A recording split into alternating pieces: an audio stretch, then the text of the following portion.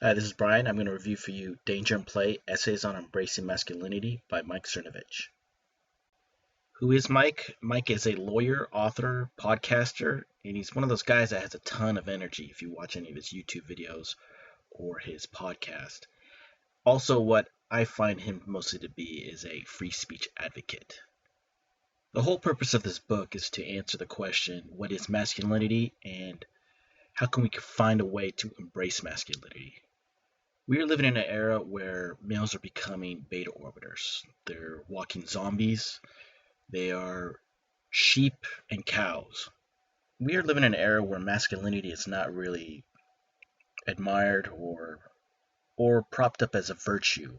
And what's happening is people in power, whether it be media, politicians, bosses, feminists, they are hack and slashing masculinity in terms of an agenda, belittling it, and this is creating masculinity to almost go underground. You want to keep it to yourself. This is creating a counterculture to society. And we need to find ways to embrace this masculine spirit. And this is the whole point of Mike's book.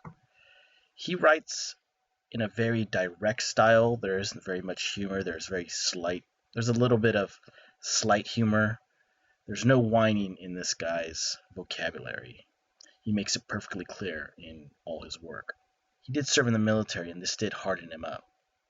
And this book is a collection of his blog posts at Danger and Play. I did not read many of his articles beforehand. I had read a few of his articles in the past couple years, but I didn't really care about his content as much. I found him to be a little more political on the political side, and I was more interested in self-improvement. Here's some takeaways that I got from the book is that you need to invest in yourself, not really depend on anyone but yourself, whether it be books, your parents, family. You have to find a way to be independent. You are your own company. And he believes in just start laying some bricks. And this just means start taking action right now. It's not about complaining about doing stuff. Just go ahead and start doing it and then figure it out on your own. Just start laying some bricks and just get going. Just take that first step. Also, I like this comment on surfing is zen. I'm a surfer, so I know what this is like. He will still look at what other people are doing. He's open-minded enough to respect other people around him. Even if he doesn't like surfing. When times get tough, just go back to basics and use constraints to get shit done. That is something I need to really work on, is putting constraints, having a deadline, almost sticking to your word of getting things done in that day. There's a thin line between breakthrough and breakdown. That's the name of one of his chapters. And this is something he learned while serving in the military, is that just right between the cusp of getting to the goal, you're just right there. If you just push a little more harder, you're going to break through or even break down. And in terms of the breakdown can become a new beginning, almost like a failure. And some of your failures in life can be God send. They can transfer you into a new direction that you might benefit off of. And I think he calls this positive disintegration. Also, in terms of accepting mediocrity or good enough, that's just not really good enough. You should be choosing to do your best, not just sitting down and chilling all day.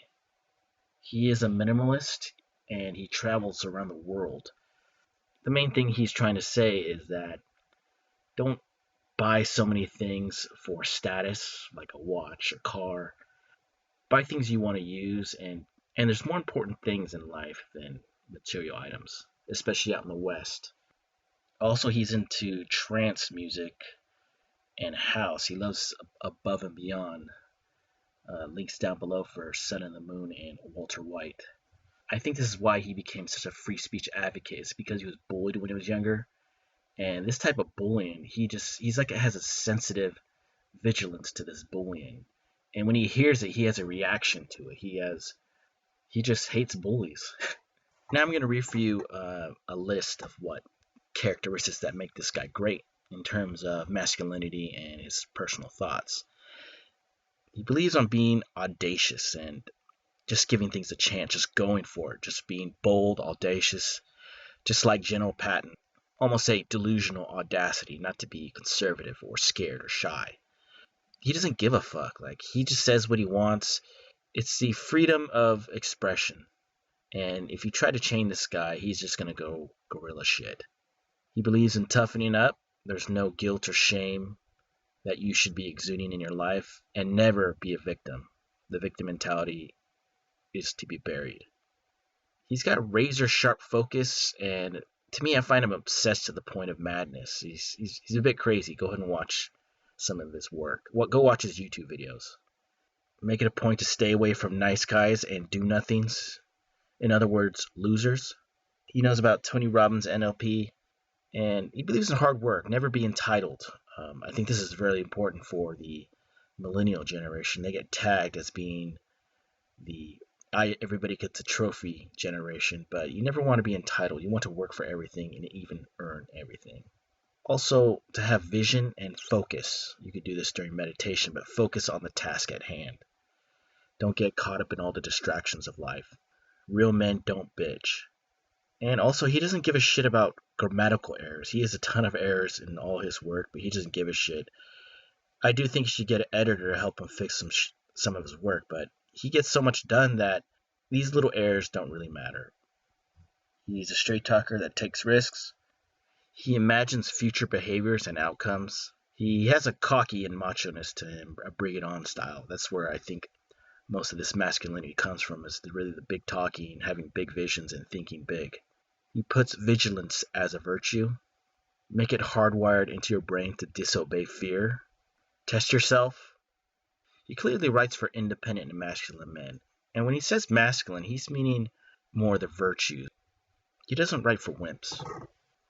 If you're a wimp, go away. Here's a few things about Mike I disagree with. He has more of the virtue of getting big. When I mean getting big, I mean it's in size. And not many men have this capability to get big. And I think this is an issue with young men, is that they're using steroids, or they're just obsessed with protein powder. And I don't think that's something to be virtuous about. You just say that, being bigger in size, you will get more girls, but I don't think that's a big factor. I think if you have good game, you'll be plenty fine. Getting big as in lifting weights, I don't think that's something to strive for. I'm a heavy outdoors person, so I go out into the great outdoors. And if you lift weights like this, they just slow you down. You're not going to keep up with a little tribe, or even me. I'm just too fast moving, and I go outdoors. And I'm much more pro outdoors, as in going outside, going hiking, doing athletic activities out in the wild. One of the main reasons that I do recommend that than going into an actual gym is that you actually get to connect with nature. I think too many people nowadays, they spend too much time on the screen and close to technology. And this way you get outdoors into the wild, where your technology won't even be there with you. Also, he looks up to other big guys like Alexandra Karelin, and who that is he was like an Olympic wrestler, and he was called the Russian Bear. I think this is because of his reaction to bullies, being bullied as a kid. And when you're bigger with someone, it can cause intimidation. And when you intimidate someone, it's very hard to connect with them. I'm more pro connection. And I also don't think he has that friendliness vibe to him. He may be friendly in person, and I know his personalities. He does explain it in his videos that his personality is on Danger and Play, and what that has to offer his blogs is completely different from what he does on YouTube and his podcast. Also, his Twitter personality, you must check it out. He has one of the most wildest Twitters I've ever seen, and it is a bit out there in terms of what he says, but Twitter is always known for its snide and snark. I don't think he wants to play that role of as being a nice guy or friendly, because he is on his life's mission, and I'm not going to get in the way of that. Also, he chooses vigilance as a virtue, and what that is the action, a state of keeping careful watch for possible dangers or difficulties. We're not really sure how deep that is he feels about that, or what he really means. I think I'll take another look at it, but I do think, more importantly, a better virtue is courage. He does have a bit of knowledge of game. I wouldn't really see him as the go-to guy for game. He doesn't really talk much about the cold approach. Here's one quote from his book. If you're out with guys who approach women, you're going to approach more women. I like to take the virtue of independence or individuality, and what she really should be doing is cold approaching going out there, you don't need to go out with anyone. You don't have to depend on anyone. No crutches, no buffers. You go out and approach. This could be approach anything really. Also, he's big on these alpha postures. I mean, having a good posture is important because of all the tech is creating a lot of bad posture. So I understand that. It can be more of an obsession of being alpha. He's not really like being into alpha, he's just more into masculinity. And I think it's more important to, like what he calls, go full on gorilla. How I would say is go full cowboy regalia. Also, some of his podcasts can be, there's not a much friendly vibe to him. He's got a little edge to him, and he can come off as cranky. About 10 pages of the book are the Nick Gabriel interview. It's a really good interview. You can go ahead and find out in SoundCloud. It was a really good interview, so I would check that out. Also, I think he paints things in black and white sometimes. He can put almost an obsession with winning. I think he doesn't like losing, so it can be an obsession. It could hurt your ego. Failure is important to experience, but sometimes I think it's good to relax and chill. Don't take everything so seriously. Why so serious? It's all a game. In this section, I want to talk about Mike and how he's an important figure in the manosphere. He's a lawyer and he's a bit argumentative, so this makes him a fighter in general, like verbal judo. Been a boxer and a martial artist. He was bullied as a kid, so this guy's got wild energy in him. So this guy is like the last Mohican in the manosphere, or if he's the last man standing, this guy's not going to go down without a fight. And in terms of freedom of speech, this guy is, I think, the top guy in the manosphere. This guy won't shut up. He talks too much, but that is a virtue. He comes from a tough family background. He has had charges against him, and he even contemplated suicide, so he's been through a hard time. He experiments. He's got a ton of energy and passion in all his videos and his work. He's a real deal. And he's one of the only people to show transparency. Most of the MGTOW do not show their faces. It's really him, and I consider Roosh V to be the people that are, you don't have to be transparent of everything, but they're very transparent in what they do.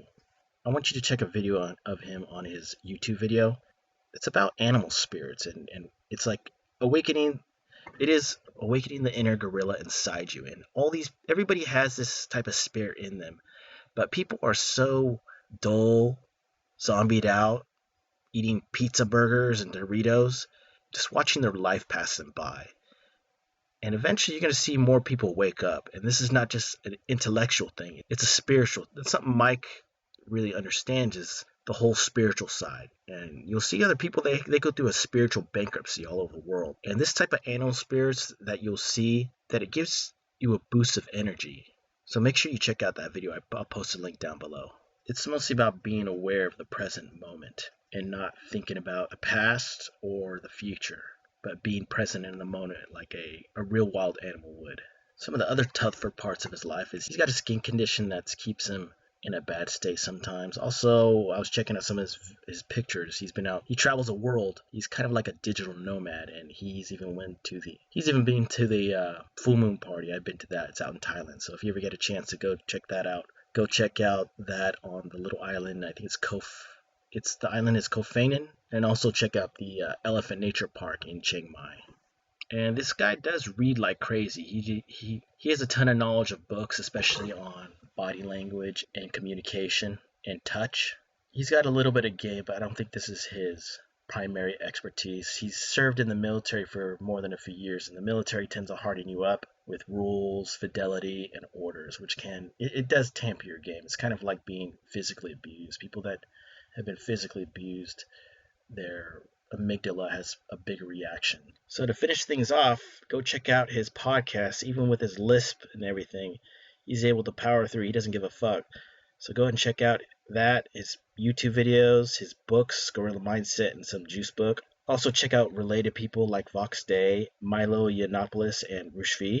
I have not checked out his blog posts. I would check that out. Check out his Twitter. It's wild. He is a big supporter in other manosphere ventures. He is creating a free speech documentary called Silenced. That should be out pretty soon. He pledged $10,000 for the Red Pill documentary. He's an action taker and a fighter for free speech, And if you want shit to get done, read and write shit down. He is one of the top guys in the manosphere. I kind of wish I checked him out earlier. I didn't really initially like his work because it's really argumentative and political, but he has a ton of skin in the game. He's here to stay.